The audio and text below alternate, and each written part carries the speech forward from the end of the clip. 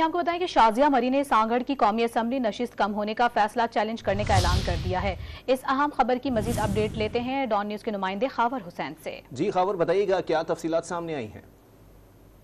دیکھیے علی، یہ سانگڑ کی قومی اسمبلی کی 2 نشستیں ہیں جو حالیہ حلقہ بندیوں کے نتیجے میں کم ہو کر ایک نشست بن گئی ہے۔ یہاں پر پہلے جو شازیہ عطا مری تھی ان کا حلقہ تھا، اور اس کے ساتھ ہی ساتھ نوید ڈیرو جو کہ سانگڑ سے منتخب ہوئے تھے MNA، ان کا حلقہ تھا، لیکن اب یہ دونوں سیٹوں کو ملا کر ایک سیٹ بنائی گئی ہے، جس پر تشویش کا اظہار کیا ہے شازیہ عطا مری نے۔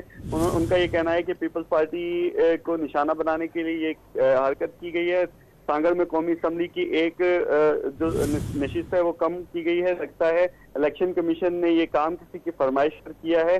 انہوں نے سانگڑ کی جو جائز نشستیں ہیں اس سے محروم کیا جا رہا ہے سانگڑ کو، ان کا یہ کہنا تھا، اور انہوں نے کہا تھا کہ اپیل کی جائے گی اس کے حوالے سے، اور ریویو کے لیے وہ اس حلقہ بندیوں کو چیلنج کریں گی۔